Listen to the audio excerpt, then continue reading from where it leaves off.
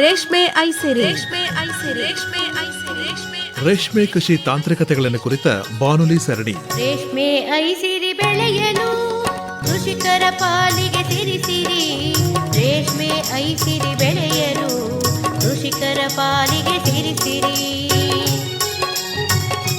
ಕೇಳಿ ಕಾರ್ಯಕ್ರಮ ರೇಷ್ಮೆ ಐಸಿರಿ. ರೇಷ್ಮೆ ಐಸಿರಿ. ರೇಷ್ಮೆ ಐಸಿರಿ. ರೇಷ್ಮೆ ಐಸಿರಿ. ಹಿಪ್ಪು ನೇರಳೆ ಸೊಪ್ಪನ್ನು ತಿಂದು ಹೊನ್ನದಾರದ ಗೂಡನ್ನು ನೇಯ್ದು ರೈತನ ಆದಾಯ ಸುಸ್ಥಿರ ಮಾಡುವ ಕೌತುಕ ಬೆಳೆಯ ರೇಷ್ಮೆ ಐಸಿರಿ. ರೇಷ್ಮೆ ಐಸಿರಿ ಬೆಳೆಯಲು ಕೃಷಿಕರ ಪಾಲಿಗೆ ಸಿರಿ ಸಿರಿ. ರೈತ ಬಾಂಧವರೇ, ಇಂದಿನ ರೇಷ್ಮೆ ಐಸಿರಿ ಬಾನುಲಿ ಸರಣಿಯಲ್ಲಿ ಬೇಸಿಗೆಯಲ್ಲಿ ರೇಷ್ಮೆ ಹುಳು ರೋಗಗಳ ನಿರ್ವಹಣೆಯನ್ನು ಕುರಿತು ಮೈಸೂರಿನ ಕೇಂದ್ರ ರೇಷ್ಮೆ ಸಂಶೋಧನೆ ಹಾಗೂ ತರಬೇತಿ ಸಂಸ್ಥೆಯ ವಿಜ್ಞಾನಿ ಡಾ ಜಿ ಮಲ್ಲಿಕಾರ್ಜುನ ಅವರೊಂದಿಗೆ ಸಂದರ್ಶನವಿದೆ. ರೇಷ್ಮೆ ಐಸಿರಿ ಬೆಳೆಯಲು ಕೃಷಿಕರ ಪಾಲಿಗೆ ಸಿರಿ ಸಿರಿ. ಡಾಕ್ಟರ್ ಮಲ್ಲಿಕಾರ್ಜುನ ಅವರೇ, ನಮಸ್ಕಾರ. ನಮಸ್ಕಾರ ಸರ್. ತಾವು ಇವತ್ತಿನ ದಿವಸ ಬೇಸಿಗೆಯಲ್ಲಿ ರೇಷ್ಮೆ ಹುಳುಗಳ ಸಾಕಾಣಿಕೆಯನ್ನು ಯಾವ ರೀತಿ ಮಾಡಬೇಕು ಮತ್ತು ರೇಷ್ಮೆ ಹುಳುಗಳಿಗೆ ಏನು ರೋಗಗಳು ಬರಬಹುದು, ಅದನ್ನು ಯಾವ ರೀತಿ ಸಮಗ್ರವಾಗಿ ಹತೋಟಿ ಮಾಡಬಹುದು, ಮತ್ತು ಈ ವರ್ಷ ಹಿಂದೆಂದಿಗಿಂತಲೂ ಬೇಸಿಗೆಯ ತಾಪಮಾನ ವಿಪರೀತವಾಗಿ ಜಾಸ್ತಿಯಾಗಿದೆ. ಈ ಸಂದರ್ಭದಲ್ಲಿ ಹುಳು ಸಾಕಣಾ ಮನೆಯ ಶೀತ ಉಷ್ಣ ಇದರ ನಿರ್ವಹಣೆಯನ್ನು ಯಾವ ರೀತಿ ಮಾಡ್ಕೋಬೇಕು, ಆರೋಗ್ಯಯುತವಾಗಿ ರೇಷ್ಮೆ ಹುಳುಗಳನ್ನು ಸಾಕಣೆ ಮಾಡಿ ಒಳ್ಳೆಯ ಇಳುವರಿಯನ್ನು ಪಡ್ಕೊಂಡು ಯಾವ ರೀತಿ ಆದಾಯವನ್ನು ಗಳಿಸ್ಕೋಬೋದು, ಈ ವಿಚಾರಗಳಿಗೆ ಸಂಬಂಧಪಟ್ಟಂತೆ ತಾವು ವಿವರವಾಗಿ ಮಾಹಿತಿಯನ್ನು ನೀಡಬೇಕು. ಖಂಡಿತವಾಗಿ ಸರ್. ಈಗ ಪ್ರೆಸೆಂಟ್ ಸಿಚುವೇಷನಲ್ಲಿ ಏನಾಯ್ತಂದರೆ, ಈಗ ಟೆಂಪ್ರೇಚರ್ ಆಮೇಲೆ ಹ್ಯುಮಿಡಿಟಿ ಅಂದರೆ ತಾಪಮಾನ ಆಮೇಲೆ ಆರ್ದ್ರತಾ ಅನ್ನೋದು ಜಾಸ್ತಿ ಆಗ್ತಾಯಿದೆ. ಅದಕ್ಕೋಸ್ಕರ ನಾವೇನು ಮಾಡಬೇಕಂದ್ರೆ, ನಮ್ಮ ರೇಷ್ಮೆ ಹುಳ ನಾವು ಸಾಕಾಣಿಕೆಯಲ್ಲಿ ಜಸ್ಟ್ ನಾವು ಫೀಡಿಂಗ್ ಕೊಡ್ತೀವಿ, ಸೊಪ್ಪು ಕೊಟ್ಟು ಹೋಗ್ಬಿಡ್ತೀವಿ ಅಂದರೆ ಅದೇ ಆಗಂಗಿಲ್ಲ. ಅದರಲ್ಲಿ ಹುಳ ನಾವು ಒಂದು 100 DFLs ಅಂದರೆ 100 ಮೊಟ್ಟೆಗೆ ಸುಮಾರು 60,000 ಹುಳ ಇರ್ತವೆ. ಅದನ್ನು 10% ಕಡಿಮೆ ಆದರೆ ಮತ್ತು 54,000 ಹುಳ ನಾವು ಅದನ್ನು ಕೇರ್ಫುಲ್ಲಾಗಿ ಹ್ಯಾಂಡಲ್ ಮಾಡ್ತಾ ಇರಬೇಕು. ಅದಕ್ಕೋಸ್ಕರ ತಕ್ಕಂಗೆ ನಾವು ಟೆಂಪರೇಚರ್ ಅಂದರೆ ತಾಪಮಾನ ಆಮೇಲೆ ಆರ್ದ್ರತಾ ಅನ್ನೋದು ಕರೆಕ್ಟಾಗಿ ಮೇಂಟೈನ್ ಮಾಡ್ತಾ ಇರಬೇಕು. ಮೇಂಟೈನ್ ಮಾಡಿಲ್ಲ ಅಂದರೆ ತೊಂದರೆ ಆಗ್ಬಿಡ್ತದೆ. ಹುಳಕ್ಕೆ ಏನಾಗಿದೆ ಅಂದರೆ, ಈಗ ತಾಪಮಾನ ಜಾಸ್ತಿ ಆಯ್ತಂದರೆ ಅದು ತಡ್ಕೊಂಡು ಶಕ್ತಿ ಇರೋಂಗಿಲ್ಲ. ಇಮ್ಮಿಡಿಯೇಟಾಗಿ ಅದರದ್ದು ಇಮ್ಯೂನ್ ಸಿಸ್ಟಮ್ ಅಂತೀವಿ ನಾವು. ಓಕೆ, ಆ ಇಮ್ಯೂನ್ ಸಿಸ್ಟಮ್ ಏನಾಗ್ತದೆ, ಇಮ್ಮಿಡಿಯೇಟಾಗಿ ವೀಕ್ ಆಗಿಬಿಡ್ತದೆ. ವೀಕ್ ಆದಮೇಲೆ ಏನಾಗ್ತದೆ, ಹುಳ ಏನಾದರೆ ಇಮ್ಮಿಡಿಯೇಟಾಗಿ ರೋಗ ಬರೋಕ್ಕೆ ಚಾನ್ಸಸ್ ಇರ್ತದೆ. ಅದು ತಡೆಗಟ್ಟಬೇಕಂದ್ರೆ ನಾವೇನು ಮಾಡಬೇಕು, ನಮ್ಮ ಫಸ್ಟ್ ರೇರಿಂಗ್ ಹೌಸ್ನಲ್ಲಿ ಫಸ್ಟ್ ನಾವೇನು ಮಾಡಬೇಕಂದ್ರೆ, ನಾವು ಯಾರನ್ನ ಫಾರ್ಮರ್ಸ್ ಬಂದು ನಾವು ಡಿಸ್ಇನ್ಫೆಕ್ಷನ್ ಪ್ರಾಪರಾಗಿ ಡಿಸ್ಇನ್ಫೆಕ್ಷನ್ ಮಾಡಬೇಕು ಅಂತ ಹೇಳ್ತಾ ಇದ್ವಿ. ಅದು ಮಾಡಿದ ಮೇಲೆ ನೆಕ್ಸ್ಟ್ ನಾವು ಹೇಳೋದು ನೆಕ್ಸ್ಟ್ ಸೆಕೆಂಡ್ರಿ ಆಪ್ಷನ್ ಬರೋದು ಟೆಂಪರೇಚರು ಅಂದರೆ ಆರ್ದ್ರತಾ ತಾಪಮಾನ ಇದು ಮೇಂಟೈನ್ ಮಾಡಬೇಕು. ನಮ್ಮ ಫಾರ್ಮರ್ಸ್ಗಳು ನಾವು ರೈತರಿಗೆ ಹೇಳೋದು ಒಂದೇ, ಟೆಂಪರೇಚರ್ ಬಂದು 24 25 ಇಲ್ಲಾಂದರೆ 27 ಮಟ್ಟ ನಾವು ಮೇಂಟೈನ್ ಮಾಡ್ಬೋದು. ಅದು ನಮ್ಮ ಬೈವೋಲ್ಟಿನ್ಗೆ. ಆರ್ದ್ರತಾ ಬಂದು 65 75 ಮಟ್ಟ ನಾವು ಮೇಂಟೈನ್ ಮಾಡಬೇಕು. ಅದಕ್ಕನ್ನ ಜಾಸ್ತಿ ಹೋಗ್ಬಿಟ್ಟು ತೊಂದರೆ ಆಗ್ಬಿಡ್ತದೆ, ಕಡಿಮೆ ಆಗ್ಬಿಟ್ಟು ತೊಂದರೆ ಆಗ್ಬಿಡ್ತದೆ. ಯಾಕಂದರೆ ಇದು ನಮ್ಮ ರೇಷ್ಮೆ ಹುಳ ಅನ್ನೋದು ಶೀತಲಕ್ತ ಜೀವಿ. ಇದು ಟೆಂಪರೇಚರ್ ಆಮೇಲೆ ಹ್ಯುಮಿಡಿಟಿ ವೇರಿಯೇಷನ್ ಆಗಿಬಿಟ್ರೆ, ಫ್ಲಕ್ಚುಯೇಷನ್ ಆಗಿಬಿಟ್ರೆ ಇಮ್ಮಿಡಿಯೇಟಾಗಿ ಹುಳ ವೀಕಾಗಿ ರೋಗ ಬರೋಕ್ಕೆ ಚಾನ್ಸಸ್ ಇರ್ತದೆ. ಅದಕ್ಕೋಸ್ಕರ ನಾವು ಹೇಳ್ತೀವಿ, ನಾವು ನಮ್ಮ ರೇರಿಂಗ್ ಹೌಸ್ನಲ್ಲಿ ನೀಟಾಗಿ ಪ್ರಾಪರಾಗಿ ವೆಂಟಿಲೇಷನ್ ಮಾಡಿರಬೇಕು, ಟೆಂಪರೇಚರ್ ಆಮೇಲೆ ಹ್ಯುಮಿಡಿಟಿ ಮೇಂಟೈನ್ ಮಾಡಬೇಕಂತ ನಾವು ನಮ್ಮ ರೈತಗಳಿಗೆ ಹೇಳ್ತಾ ಇದ್ದೀವಿ. ಆಮೇಲೆ ಎಲ್ಲರೂ ಫಾರ್ಮರ್ಸ್ ಹೇಳೋದು ನಾವು ಮೇಂಟೈನ್ ಮಾಡ್ತಾಯಿದ್ವಿ ಸರ್, ಬಟ್ ಎಲ್ಲಿಂದ ಸ್ವಲ್ಪ ತೊಂದರೆ ಆಗ್ತಾಯಿದೆ ಅಂತ. ನಾವು ಅದು ಹೇಳೋದು, ನೈಟ್ ಆಗಲಿ ಮಾರ್ನಿಂಗ್ ಆಗಲಿ, ಓಕೆ, ಅಂದರೆ ರಾತ್ರಿ ಆಗಲಿ ಹಗಲಾಗಲಿ ಒಂದೇ ಟೆಂಪ್ರೇಚರ್ ಆಮೇಲೆ ಹ್ಯುಮಿಡಿಟಿ ಮೇಂಟೈನ್ ಮಾಡ್ಕೊಂಡಿರಬೇಕು. ನಾವು ಎಷ್ಟು ಹೇಳ್ತೀವಿ ಅಷ್ಟೇ ಮಾಡ್ಕೊತ ಹೋಗಬೇಕು. ಆಮೇಲೆ ಕೆಲವೊಂದು ಫಾರ್ಮರ್ಸ್ ಹೇಳ್ತಾರೆ, ಸರ್ ನಾನು ನೀರು ಜಾಸ್ತಿ ಹೊಡಿದ್ದೀನಿ ಸರ್, ಸ್ವಲ್ಪ ಟೆಂಪ್ರೇಚರ್ ಕಡಿಮೆ ಆಗೋಕ್ಕೆ ನಾವು ನೀರು ಕೆಳಗಡೆ ಫ್ಲೋರ್ಗೆ ಎಲ್ಲ ನೀರು ಬಿಸಾಕ್ತಾ ಇದ್ವಿ. ನೀರು ಹಾಕಿದ ಮೇಲೆ ಏನಾಗ್ತೀವಿ, ಇದು ಸ್ವಲ್ಪ ತೊಂದರೆ ಆಗ್ತದೆ ಸರ್, ಹುಳ ಎಲ್ಲ ವೀಕ್ ಆಯಿತು, ಫ್ಲ್ಯಾಚರ್ ಬಂದಿದೆ ಸರ್ ಅಂತ. ಅದೇ ನೀರು ಜಾಸ್ತಿ ಆಗಿಬಿಟ್ಟು ಏನಾಗ್ತಂದರೆ ಅಲ್ಲಿ ಹ್ಯುಮಿಡಿಟಿ ಜಾಸ್ತಿ ಆಗಿಬಿಡ್ತದೆ, ಟೆಂಪ್ರೇಚರ್ ಜಾಸ್ತಿ ಆಗಿರ್ತದೆ. ಆಮೇಲೆ ಹ್ಯುಮಿಡಿಟಿ ಜಾಸ್ತಿ ಆದಾಗ ಇಮಿಡಿಯೇಟಾಗಿ ರೋಗ ಬರೋಕ್ಕೆ ಚಾನ್ಸ್ ಇರ್ತದೆ. ಆಮೇಲೆ ಕೆಲವೊಂದು ಫಾರ್ಮರ್ ಏನು ಮಾಡ್ತಾ ಅಂದರೆ, ನಮ್ಮ ರೇರಿಂಗ್ ಹೌಸ್ ಸರೌಂಡಿಂಗ್ ಎಲ್ಲ ವಿಂಡೋಸ್ ಇರ್ತಾವೆ, ವಿಂಡೋಸ್ ಎಲ್ಲ ವಿತ್ ಪಾಲಿಥಿನ್ ಶೀಟ್ಸ್, ಇಲ್ಲಾಂದರೆ ಗನ್ನಿ, ನಾವು ಹೇಳೋದು ಗನ್ನಿ ಕ್ಲಾತ್ ಯೂಸ್ ಮಾಡಂತ ಹೇಳ್ತೀವಿ. ಬಟ್ ಅವ್ರು ಏನು ಮಾಡ್ತಾರೆ ಅಂದರೆ ಪಾಲಿಥಿನ್ ಶೀಟ್ ಇಲ್ಲಾಂದರೆ ಬ್ಲ್ಯಾಕ್ ಕಲರ್ದು ಒಂದು ಕಪ್ಪು ಕಲರ್ದು ಒಂದು ಶೀಟ್ ಬರ್ತದೆ, ಅದರಿಂದ ಕ್ಲೋಸ್ ಮಾಡಿಬಿಡ್ತಾರೆ. ಯಾಕಂದರೆ ಸರ್ ಇಲ್ಲ ಸರ್ ಬಿಸಿಲು ಜಾಸ್ತಿ ಆಯಿತು, ಅದು ಕಂಟ್ರೋಲ್ ಮಾಡೋಕ್ಕೆ ನಾವು ಇದು ಆಗ್ತಾಯಿದ್ದೀವಿ ಅಂತ ಹೇಳ್ತಾರೆ. ಬಟ್ ಅದು ರಾಂಗ್. ಅದು ಆಗ್ಬಿಟ್ರೆ ಏನಾಗ್ತಂದರೆ ಹ್ಯುಮಿಡಿಟಿ ಜಾಸ್ತಿ ಆಗಿಬಿಡ್ತದೆ, ಇಮಿಡಿಯೇಟಾಗಿ ಹುಳ ಫ್ಲ್ಯಾಚರಿ ಅಂದರೆ ಹಾಲು ರೋಗ ಅಂತೀವಲ್ಲ, ಹಾಲು ರೋಗ ಆಮೇಲೆ ಸಪ್ಪೆ ರೋಗ ಬರೋಕ್ಕೆ ಚಾನ್ಸ್ ಇರ್ತದೆ. ಅದಕ್ಕೋಸ್ಕರ ನೀವು ನೀರು ಹಾಕೋದು ನೆಸೆಸಿಟಿ ಇಲ್ಲ ಅಂತ ಹೇಳ್ತೀವಿ. ಡೈಲಿ ಸುಣ್ಣ ಹೊಡಿಬೇಕು. ನಾವು ಹೇಳ್ತೀವಿ ಫಾರ್ಮರ್ಸ್ಗೆ, ನಾವು ಈಗ ಮೋಲ್ಟ್ ಔಟ್ ಆದಮೇಲೆ ವಿಜೇತ ಇದ್ದರೆ ವಿಜೇತ ಹೊಡಿಬೇಕು, ಇಲ್ಲ ಅಂಕುಶ್ ಅಂದರೆ ಅಂಕುಶ್. ಎನಿ ಪ್ರಾಡಕ್ಟ್ ನಮ್ಮ CSB ಇಲ್ಲಾಂದರೆ ಸ್ಟೇಟ್ ಗೌರ್ಮೆಂಟ್ APPSRD ಆಗಲಿ KSSRD ಆಗಲಿ ಅವು ಡೆವಲಪ್ ಮಾಡಿದ್ದು ಪ್ರಾಡಕ್ಟ್ ಇರ್ತಾವಲ್ಲ ಬೆಡ್ ಡಿಸ್ಇನ್ಫೆಕ್ಟೆಂಟ್ಗೆ, ಅದು ಒಂದೇ ಯೂಸ್ ಮಾಡ್ಕೊರಿ, ಬೇರೆ ಏದು ಯೂಸ್ ಮಾಡಬೇಡ್ರಿ. ಓಕೆ.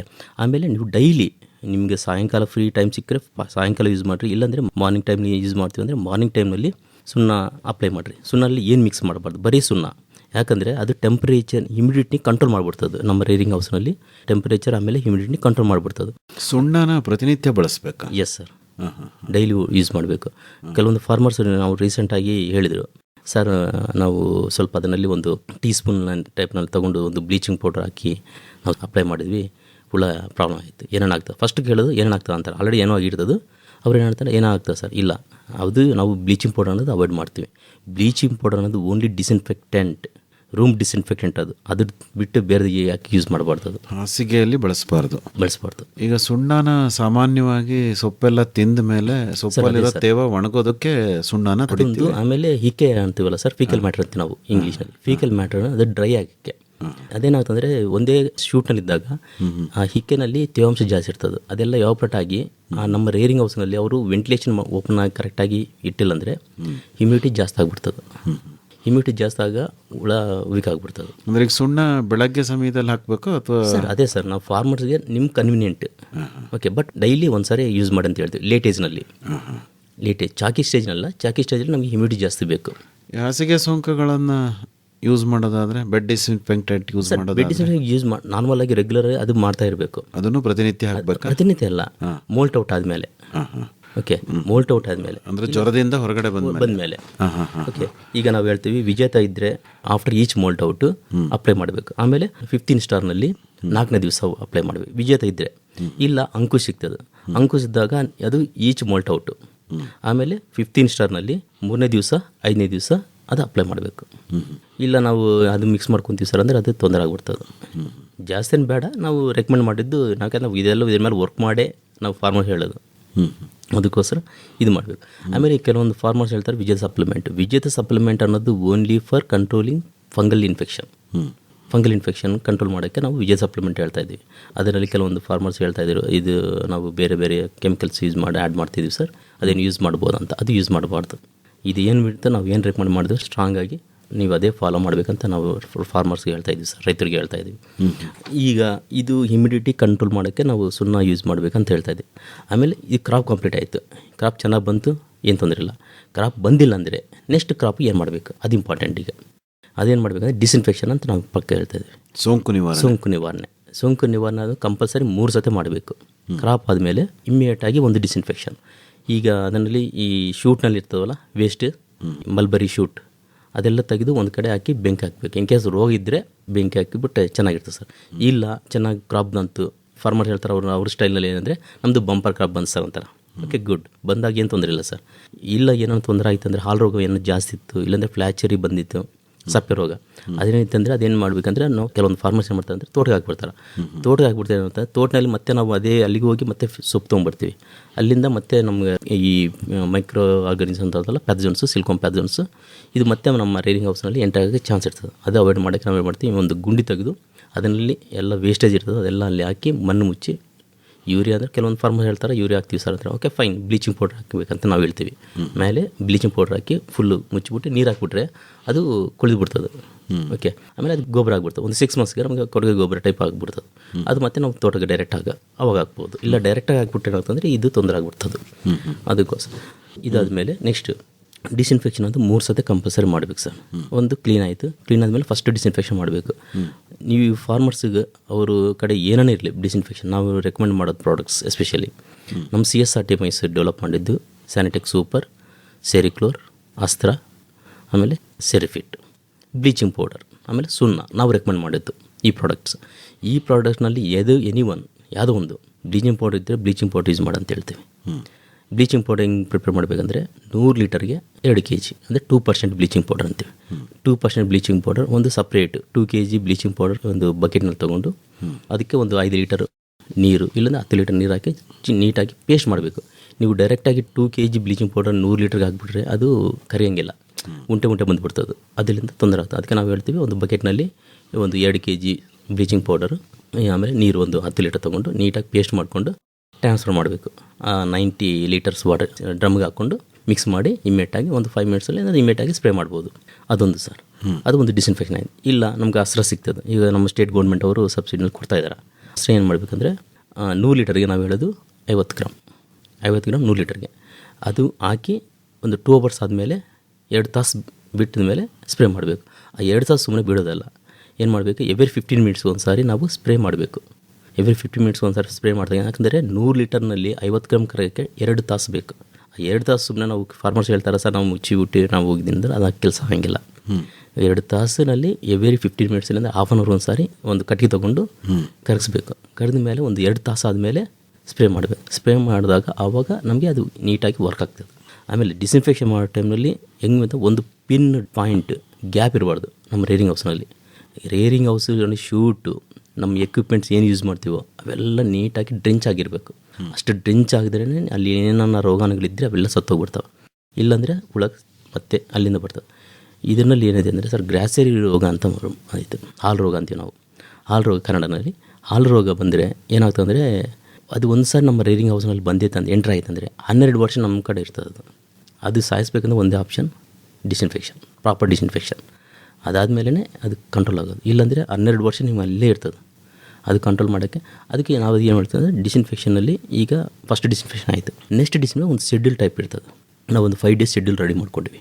ಆ 5 ಡೇಸ್ ಶೆಡ್ಯೂಲ್ನಲ್ಲಿ ಫಸ್ಟ್ ಡೇ ಏನು ಮಾಡಬೇಕಂದ್ರೆ ಒಂದು ಡಿಸ್ಇನ್ಫೆಕ್ಷನ್ ಕಂಪ್ಲೀಟ್ ಆಯಿತು. ನೆಕ್ಸ್ಟ್ 5 ಡೇಸ್ ಶೆಡ್ಯೂಲ್ನಲ್ಲಿ ಫಸ್ಟ್ ಡೇ ಏನು ಮಾಡಬೇಕಂದ್ರೆ ನಮ್ಮ ರೇರಿಂಗ್ ಹೌಸೆಲ್ಲ ಕ್ಲೀನ್ ಮಾಡ್ಕೋಬೇಕು. ಓಕೆ, ಅಲ್ಲೇನು ಕಸ ಇರುತ್ತಲ್ಲ ಅದೆಲ್ಲ ಕ್ಲೀನ್ ಮಾಡಬೇಕು. ನೆಕ್ಸ್ಟ್ ಏನು ಮಾಡಬೇಕು, ಅದು ಸುಣ್ಣ ನಾವು ಹೇಳ್ತೀವಿ ಜಸ್ಟ್ ಎಷ್ಟು 0.3% ಲೈಮ್, ಅಂದರೆ 100 ಲೀಟರ್ಗೆ 300 ಗ್ರಾಮ್ ಅಂತೇಳಿ. 300 ಗ್ರಾಮ್ ಅಂದರೆ ಫಾರ್ಮರ್ಸ್ಗೆ ಅವರು ಏನಂತಾರೆ ಸರ್ ಅಷ್ಟು ಕಡಿಮೆ ನಾವು ಇಲ್ಲ, ನಾವು ಕೆ ಜಿ ಗಟ್ಟಲೆ ಹಾಕ್ತೀವಿ ಅಂತಾರೆ. ಕೆ ಜಿ ಗಟ್ಟಲೆ ಬೇಡ, ಜಸ್ಟ್ ನಾವೇನಂದರೆ ಸೆರಿಕಲ್ಚರ್ನ main important no cost and low cost. No cost or low cost ಅಷ್ಟೇ. ನೋ ಕಾಸ್ಟ್ ಅಂದರೆ ಯಾರು ಜಾಸ್ತಿ ಬೇಡಪ್ಪ, ಇದ್ದರೆ ನೀವು ಯೂಸ್ ಮಾಡಬೇಕಾ ಇಷ್ಟು ಪ್ರಮಾಣದಲ್ಲಿ ಯೂಸ್ ಮಾಡಿರಿ ಅಂತ ಹೇಳ್ತೀವಿ. 100 ಲೀಟರ್ಗೆ ನಾವು 300 ಗ್ರಾಮ್ ಸುಣ್ಣ ಅಂದರೆ ಸುಟ್ಟ ಸುಣ್ಣ ಅಂತಾರಲ್ಲ ಅದು. ಅದೇ ಸರ್, ಅದೇ ಅದು ಯೂಸ್ ಮಾಡಿ ಅದು ಫ್ರೆಶ್ ಆಗಿರ್ಬೇಕು. ಓಕೆ, ಅದಿದ್ದಾಗ ಏನಾಗ್ತಂದರೆ ಅದು ಚೆನ್ನಾಗಿ ವರ್ಕ್ ಆಗ್ತದೆ. ಅವ್ರು ಏನಂತಾರೆ ಸರ್ 300 ಗ್ರಾಮ್ ಅಂದರೆ ನಮ್ಗೆ ಆಗಂಗಿಲ್ಲ ಅಂತ. ನಮ್ಗೆ ಏನಂದರೆ ಓಕೆ ಅವ್ರಿಗೆ ಏನು ಬೇಕು, ಒಂದು ಕೆ ಜಿ ಅರ್ಧ ಕೆ ಜಿ ಆ ಟೈಪ್ ಬರಬೇಕು. ಕೆ ಜಿ ಒಂದು ಪಕ್ಕ ಇರಬೇಕು. ಅದಕ್ಕೆ ಅವಾಗ ಒಂದು ಅರ್ಧ ಕೆ ಜಿ ಅಂತ ಹೇಳ್ತೀವಿ. ಅರ್ಧ ಕೆ ಜಿ ಅಂದರೆ 500 ಗ್ರಾಮು, ಅರ್ಧ ಕೆ ಜಿ 100 ಲೀಟ್ರಿಗೆ ಮಿಕ್ಸ್ ಮಾಡಿ ತಿಳಿ ಬರ್ತದಲ್ಲ ಅದು ಸ್ಪ್ರೇ ಮಾಡಬೇಕು. ಅದು ಮಾಡಿದಾಗ ಈ ವೈರಸ್ ಇರ್ತದಲ್ಲ, ಈ ನಾವು ಹಾಲು ರೋಗದ ಅದು ವೈರಸ್ಸಿಂದ ಬರ್ತದೆ. ಅದು ಕಂಟ್ರೋಲ್ ಮಾಡೋಕ್ಕೆ ಅದು ಬೆಸ್ಟ್ ಸೊಲ್ಯೂಷನ್. ಅದು ಹಾಲು ರೋಗ ಕಂಟ್ರೋಲ್ ಮಾಡೋಕ್ಕೆ ಇದಾಯ್ತು ಸರ್. ನೆಕ್ಸ್ಟ್ ಡೇ ಇಮ್ಮಿಡಿಯೇಟಾಗಿ ನಮ್ಗೆ ಈಗ ಫಸ್ಟ್ ಡಿಸ್ಇನ್ಫೆಕ್ಷನ್ ಏನೋ ಅಸ್ತ್ರ ಯೂಸ್ ಮಾಡೋಣ, ಅಸ್ತ್ರ ಇಲ್ಲ ನೆಕ್ಸ್ಟ್ ಡಿಸ್ಇನ್ಫೆಕ್ಷನ್ ಏನೋ ಮಾಡಲಿ, ಬ್ಲೀಚಿಂಗ್ ಪೌಡರ್ ಇದ್ದರೆ ಬ್ಲೀಚಿಂಗ್ ಪೌಡರ್ ಮಾಡ್ಬೋದು. ಇಲ್ಲಾಂದರೆ ಸೆರಿಫಿಟ್ ಸಿಕ್ಕರೆ ಸೆರಿಫಿಟ್, ಇಲ್ಲಾಂದರೆ ಬೇರೆದು ಏನನ್ನ ನಮ್ಮ ಸ್ಟೇಟ್ ಗೌರ್ಮೆಂಟ್ ಅದನ್ನು ಡೆವಲಪ್ ಮಾಡಿರ್ತಲ್ಲ ಅದನ್ನು ಯೂಸ್ ಮಾಡ್ಬೋದು. ಬಟ್ ಮಿಕ್ಸ್ ಮಾಡಬಾರ್ದು. ಲಾಸ್ಟ್ ಡಿಸ್ಇನ್ಫೆಕ್ಷನಲ್ಲಿ ಒಂದು 20 ಗ್ರಾಮ್ ಸಿಕ್ತು, ನೆಕ್ಸ್ಟ್ ಲಾಸ್ಟ್ ಇನ್ನೊಂದು 10 ಗ್ರಾಮ್ ಸಿಕ್ತು, ಈ ಟೈಪ್ ಮಿಕ್ಸ್ ಮಾಡಿಬಿಟ್ರೆ ಅದು ಕೆಲಸ ಆಗಂಗಿಲ್ಲ. ಯಾಕಂದರೆ ಒಂದೊಂದು ಕೆಮಿಕಲ್ದು ಒಂದೊಂದು ಪ್ರಾಪರ್ಟಿ ಇರ್ತದೆ, ಅಷ್ಟು ಟೈಮ್ ಇರ್ತದೆ. ನಾವು ಇನ್ನೊಂದು ಸೆರಿಫಿಟ್ ಅಂತೀವಿ, ಸೆರಿಫಿಟ್ಗೆ ಒಂದು ಅರ್ಧ ತಾಸು ಸಾಕು ಅಷ್ಟೇ, 30 ಮಿನಿಟ್ಸ್. ಅಸ್ತ್ರಗೆ 2 ಅವರ್ಸ್ ಬೇಕು. ಇನ್ನು ನಾವು ಇದರಲ್ಲಿ ಅಸ್ತ್ರ ಸ್ವಲ್ಪ ಉಳಿದೈತು, ಆಮೇಲೆ ಸೆರಿಫಿಟ್ ಒಂದು ಇಳಿದೈತು ಮಿಕ್ಸ್ ಮಾಡ್ತೀನಿ ಅಂದರೆ ಅದು ಕೆಲಸ ಆಗಂಗಿಲ್ಲ.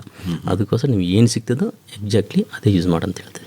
ಅಂದ್ರೆ ಈಗ ಒಂದು 5 ದಿವಸದ ಶೆಡ್ಯೂಲ್ ಇದೆ ಅಂತಂದ್ರೆ ಈಗ 1 ದಿವಸ ಬ್ಲೀಚಿಂಗ್ ಪುಡಿ, 1 ದಿವಸ ಸುಣ್ಣ, 1 ದಿವಸ ಅಸ್ತ್ರ, ಈ ಥರ ಮಾಡ್ಕೊಂಬರ್ಬೋದಾ? ಅದೇ ಸರ್, ಮಾಡ್ಬೋದು. ಬಟ್ 2 ಸತಿ ಮಾಡಬೇಕು. ಅದು ಫಸ್ಟ್ ಡಿಸ್ಇನ್ಫೆಕ್ಷನ್ ಕಂಪ್ಲೀಟ್ ಆಗಿರುತ್ತೆ ಸರ್. ಕ್ರಾಪ್ ಕಂಪ್ಲೀಟ್ ಆದಮೇಲೆ ಇಮ್ಮಿಡಿಯೇಟಾಗಿ ಡಿಸ್ಇನ್ಫೆಕ್ಷನ್ ಮಾಡಬೇಕು. ಆಯಿತು. ಅದಾದಮೇಲೆ ನೆಕ್ಸ್ಟ್ 5 ಡೇಸ್ ಶೆಡ್ಯೂಲ್. ಈ 5 ಡೇಸ್ ಶೆಡ್ಯೂಲ್ ಏನಿರ್ತದೆ ಅಂದರೆ ಫಸ್ಟ್ ನಾವು ಸುಣ್ಣ ಆದಮೇಲೆ ನೆಕ್ಸ್ಟ್ ಡಿಸ್ಇನ್ಫೆಕ್ಷನ್ ಅಸ್ತ್ರ ಇದ್ದರೆ ಅಸ್ತ್ರ, ಎನಿ ಡಿಸ್ಇನ್ಫೆಕ್ಷನ್ ನಾವು ಹೇಳೋದು. ಯಾಕಂದ್ರೆ ನಾವು ಸ್ಪೆಸಿಫಿಕ್ಕಾಗಿ ಒಂದು ಹೇಳ್ಬಿಟ್ರೆ ಅವ್ರಿಗೆ ಸಿಕ್ಕಿಲ್ಲ ಅಂದರೆ ಅದೊಂದು ಪ್ರಾಬ್ಲಮ್ ಆಗ್ತದೆ. ಫಾರ್ಮರ್ಸ್ ಅದೇ ಹೇಳ್ತಾರೆ. ಇನ್ ಕೇಸ್ ನಾನು ಹೋಗಿ ಹೊರಗಡೆ ಹೇಳ್ತಾ ಇರ್ತೀನಿ, ಇದು ಏನು ಯೂಸ್ ಮಾಡಿದ್ರಪ್ಪ ಅಂದರೆ ಸರ್ ನಾನು ಅಸ್ತ್ರ ಯೂಸ್ ಮಾಡಿದ್ದೀನಿ. ಓಕೆ, ನೆಕ್ಸ್ಟ್ ಸೆರಿಫಿಟ್ ಕೊಟ್ಟಿಲ್ಲ ಸರ್, ಇಲ್ಲ ಅಂತಾರೆ. ಯಾಕಂದರೆ ಸೆರಿಫಿಟ್ ಮಾರ್ಕೆಟ್ ಹೋಗಿ ತೊಗೊಬರ್ಬೇಕು. ಅದೇ ನಿಮ್ಗೆ ಏನು ಸಿಗ್ತದೆ ಅಲ್ಲಿ bleaching powder, okay bleaching powder use ಮಾಡು ಅಷ್ಟೇ, ಅದು ಬಿಟ್ಟು ಬೇರೆದೇನು. ಅದಾದಮೇಲೆ ನೆಕ್ಸ್ಟ್ ಡೇ ಏನು ಮಾಡಬೇಕಂತ ಸರ್, 2 ಡಿಸ್ಇನ್ಫೆಕ್ಷನ್ ಕಂಪ್ಲೀಟ್ ಆಯಿತು. ಫಸ್ಟ್ ಡೇ ನಾವು ಕ್ಲೀನ್ ಮಾಡ್ತೀವಿ ಸರ್. ಸೆಕೆಂಡ್ ಡೇ ಏನು ಮಾಡಬೇಕು, ಸುಣ್ಣ. Third disinfection. ಆಮೇಲೆ 4th ಡೇ ಅನ್ನೋದು ಅಲ್ಲಿ ಬಂದು ರೇರಿಂಗ್ ಹೌಸ್ ಸರೌಂಡಿಂಗ್ ಎಲ್ಲ ಸುಣ್ಣನಲ್ಲಿ 5% ಬ್ಲೀಚಿಂಗ್ ಪೌಡರ್ ಮಿಕ್ಸ್ ಮಾಡಿಕೊಂಡು, ಅಂದರೆ 950 ಗ್ರಾಮ್ ಸುಣ್ಣ, 50 ಗ್ರಾಮ್ ಬ್ಲೀಚಿಂಗ್ ಪೌಡರ್ ನೀಟಾಗಿ ಮಿಕ್ಸ್ ಮಾಡಿ ಪೌಡರ್ ನಮ್ಮ ರೇರಿಂಗ್ ಹೌಸ್ ಸರೌಂಡಿಂಗ್ ಎಲ್ಲ ಹೊಡಿಬೇಕು. ರೇರಿಂಗ್ ಹೌಸ್ ಸರೌಂಡಿಂಗ್ ಎಲ್ಲ ಹೊಡಿಬೇಕು. ಆಮೇಲೆ ಪ್ಯಾಸೇಜ್ ನಾವು ಎಂಟ್ರಿ ಆಗ್ತೀವಲ್ಲ ಅದು ಡೋರು ಅಲ್ಲಿ ಡಸ್ಟ್ ಮಾಡಬೇಕು. ಅದು ಮಾಡಿ ನೆಕ್ಸ್ಟ್ ಡೇ ಏನು ಮಾಡಬೇಕಂದ್ರೆ ವಿಂಡೋಸ್ ಎಲ್ಲ ಓಪನ್ ಮಾಡಿ ಇಡಬೇಕು. ಯಾಕಂದರೆ ಸ್ವಲ್ಪ ಒಂದು ಸ್ಮೆಲ್ ಇರ್ತದೆ, ಬ್ಲೀಚಿಂಗ್ ಪೌಡ್ರ್ ಆಗಲಿ ಇಲ್ಲಾಂದ್ರೆ ಅಸ್ತ್ರ ಸೆರಿಫೇಟ್ ಯಾವುದನ್ನ ಕೆಮಿಕಲ್ ಸ್ಮೆಲ್ ಇರ್ತದೆ. ಅದು ಹೋಗ್ಬೇಕಂದ್ರೆ ನಾವೇನು ಮಾಡಬೇಕು, ವಿಂಡೋಸ್ ಎಲ್ಲ ಓಪನ್ ಮಾಡಿ ಇಡಬೇಕು. ವಿಂಡೋಸ್ ಎಲ್ಲ ಓಪನ್ ಮಾಡಿ ಇಟ್ಟಿದ ಮೇಲೆ ಏನಾಗ್ತದೆ, ನೆಕ್ಸ್ಟ್ ಡೇಗೆ ಚಾಕಿ ತೊಗೊಂಬರ್ತಾರೆ.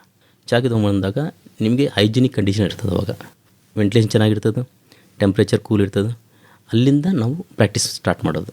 ಅಲ್ಲಿ ಮಟ್ಟ ಚಾಕಿ ಸ್ಟೇಜ್ನಲ್ಲಿ ಚಾಕಿ ಅವ್ರು ಏನು ಮಾಡ್ತಾರೆ ಅಂದರೆ ಅದು ಹುಳ ನೀಟಾಗಿ ಅವರಿಗೆ ಕಂಡೀಷನಲ್ಲಿ ತೊಗೊಂಬಂದು ಕೊಡ್ತಾರೆ. ಮೋಲ್ಟ್ ಸೆಟ್ಲ್ ಮಾಡಿ ನಮ್ಮ ಫಾರ್ಮರ್ಸ್ ಕೊಡ್ತಾರೆ. ಫಾರ್ಮರ್ಸು ತಗೋ ಟೈಮ್ನಲ್ಲಿ ಇನ್ನೊಂದು ನೋಡಬೇಕು ಸರ್, CRCನಿಂದ ಬಂದಮೇಲೆ ಹುಳನ ಫಾರ್ಮರ್ಸ್ ನೋಡಬೇಕು ಎಲ್ಲ ಕರೆಕ್ಟಾಗಿ ಈಕ್ವಲಾಗಿ ಸೆಟ್ಲ್ ಆಗ್ಯಾತ ಇಲ್ಲ. ಆಮೇಲೆ ಸುಣ್ಣ ಅಪ್ಲೈ ಮಾಡೋಣ ಇಲ್ಲ ನೋಡಬೇಕು.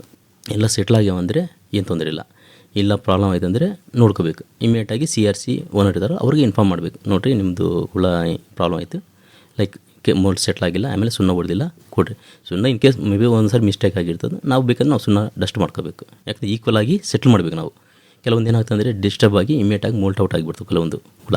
ಅದು ಕಂಟ್ರೋಲ್ ಮಾಡೋಕ್ಕೆ ನಾವು ಲೈಮ್ ಡಸ್ಟ್ ಮಾಡುವಾಗ ಸೊಪ್ಪು ತಿನ್ನಂಗಿಲ್ಲ, ಅದು ಹಂಗೆ ಇರ್ತದೆ. ಎಲ್ಲ ಮೋಲ್ಟ್ ಔಟ್ ಆದಮೇಲೆ ನಾವು ಆವಾಗ ವಿಜೇತ ಇಲ್ಲಾಂದರೆ ಅಂಕುಶ್ ಬೆಡ್ ಡಿಸ್ಇನ್ಫೆಕ್ಟೆಂಟ್ ಅಂತೀವಿ, ಅದು ಅಪ್ಲೈ ಮಾಡಿ ಫೀಡಿಂಗ್ ಕೊಡಬೇಕು. ನೆಕ್ಸ್ಟ್ ಒಂದು ಹಾಫ್ ಆನ್ ಅವರ್ ಆದಮೇಲೆ ಡಸ್ಟ್ ಮಾಡಿರ್ತೀವಲ್ಲ ಅದು ಸೆಟ್ಲ್ ಆಗಿಬಿಡ್ತದೆ. ಒಂದು ಹಾಫ್ ಆನ್ ಅವರ್ ಆದಮೇಲೆ ನಾವೇನು ಮಾಡಬೇಕು, ಸೊಪ್ಪು ಕೊಡಬೇಕು. ಸೊಪ್ಪು ಕೊಟ್ಟು ನೆಕ್ಸ್ಟ್ ಅಲ್ಲಿಂದ ನಮ್ಮ ಪ್ರಾಕ್ಟೀಸ್ ಮಾಡಬೇಕು. 56,000 ಲಾರ್ವಾ ಹುಳ ಇರ್ತೀವಲ್ಲ ನೀಟಾಗಿ ಮಾನಿಟರ್ ಮಾಡ್ತಾ ಇರಬೇಕು. ಈಗ ಇದ್ದಿದ್ದ ರೇಟ್ನಲ್ಲಿ ಒಂದೊಂದು ಹುಳ ₹1 ಸರ್. ₹1 ಕಾಯಿ ನಾವು ಬೀಸಾಕಕ್ಕೆ ಬರೋಂಗಿಲ್ಲ, ಬಟ್ ಹುಳ ಬೀಸಾಕ್ತೀವಿ. ಅಷ್ಟು ಕೇರ್ ತಗೋಬೇಕು.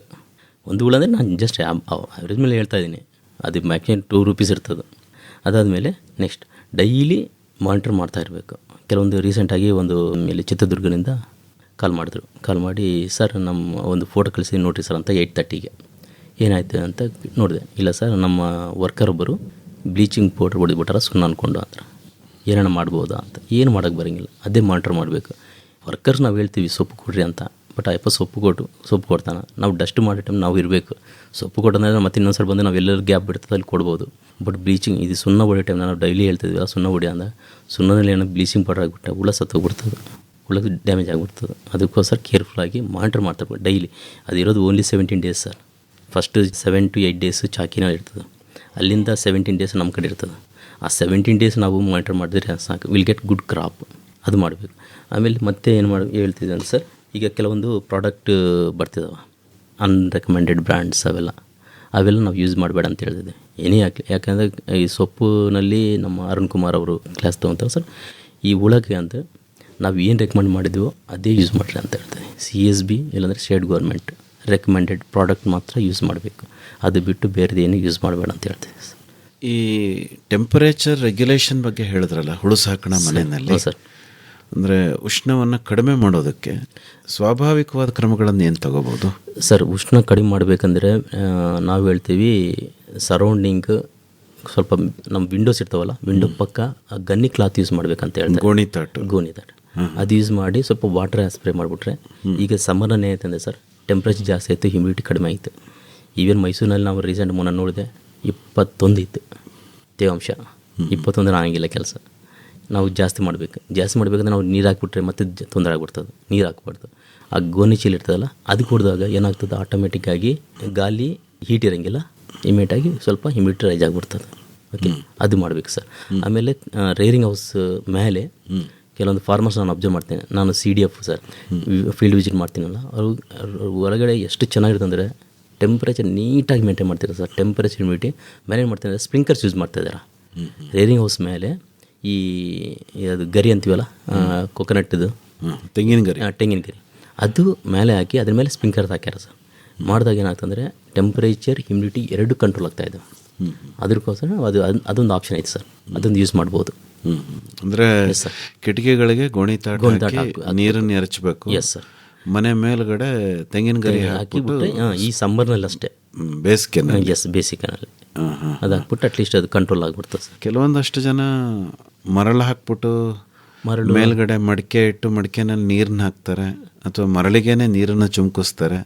ತಾವೇ ಹೇಳ್ದಾಗೆ ನೆಲದ ಮೇಲೆಲ್ಲ ನೀರನ್ನ ಚುಮ್ಕಿಸ್ತಾರೆ. ಅದು ಹಾಕ್ಬಾರ್ದು ಸರ್, ಅದು ಪ್ರಾಬ್ಲಮ್ ಆಗ್ತದೆ, ಇಮಿಡಿಯೇಟ್ ಜಾಸ್ತಿ ಆಗ್ಬಿಡುತ್ತೆ ಸರ್ ಅದು. ನೆಲದ ಮೇಲೆ ನೀರು ಹಾಕ್ಬಾರ್ದು. ಬಟ್ ಮರಳು ಎಕ್ಸ್ಟ್ರೀಮ್ ಅಂದರೆ ಏನು ಮಾಡೋಕೆ ಬರೋಂಗಿಲ್ಲ. ಬಟ್ ಏನಂದರೆ ಕೆಳಗಡೆ ಅದು ಹಾಕ್ಬಿಟ್ರೆ ಏದನ್ನ ಹುಳ ಏನಾರ ಡ್ಯಾಮೇಜ್ ಆಗಿದ್ದು ಹುಳ ಕೆಳಗೆ ಬಿದ್ದರೆ ಮತ್ತೆ ಅಲ್ಲಿಂದ ಪ್ರಾಬ್ಲಮ್ ಆಗ್ತದೆ. ಸೊಪ್ಪಿನಿಂದ ಮತ್ತೆ ತೊಂದರೆ ಆಗ್ಬಿಡ್ತದೆ. ಈ ಸಪ್ಪೆ ರೋಗ ಜಾಸ್ತಿ ಬರ್ತದೆ, ಎಸ್ಪೆಷಲಿ ಈ ಸಮ್ಮರ್ನಲ್ಲಿ, ಬೇಸಿಗೆಕಾಲದಲ್ಲಿ ಈ ಸಪ್ಪೆ ರೋಗ, ಆಮೇಲೆ ಹಾಲು ತುಂಡ ರೋಗ ಅಂತೀವಲ್ಲ ಸರ್, ಅದು ಜಾಸ್ತಿ ಬರ್ತದೆ. ಅದು ಬಂದಾಗ ಇಮಿಡಿಯೇಟಾಗಿ ಅದು ಒಂದು ಕಡೆ ಕಲೆಕ್ಟ್ ಮಾಡಿಕೊಂಡು ಒಂದು ಕಡೆ ಹಾಕಿ ಬೆಂಕಿ ಹಾಕಬೇಕು. ಅದು ಬರ್ತಾ ಇದೆ ಅಥವಾ ಇಲ್ಲ ಅನ್ನೋದು ಯಾವ ಥರ ಲಕ್ಷಣಗಳು ಹುಳ ನೋಡಿ ಹೇಗೆ ಕಂಡುಹಿಡಿಬೋದು ಸರ್? ಈಗ ಹಾಲು ರೋಗ ಅಂತೀವಲ್ಲ, ಹಾಲು ರೋಗನಲ್ಲಿ ಫಸ್ಟ್ ಟಿಪಿಕಲ್ ಸಿಂಪ್ಟಮ್ ಏನಂದರೆ ಅದು ಶೈನಿಂಗ್ ಇರ್ತದೆ ಸರ್. ಹುಳ ನೋಡಿದಾಗ ಇಮಿಡಿಯೇಟಾಗಿ ಶೈನಿಂಗ್ ಇರ್ತದೆ. ಆಮೇಲೆ ಮೋಲ್ಡ್ ಸೆಟ್ಲ್ ಆಗಂಗಿಲ್ಲ, ಜ್ವರಕ್ಕೆ ಕೂಡಂಗಿಲ್ಲ.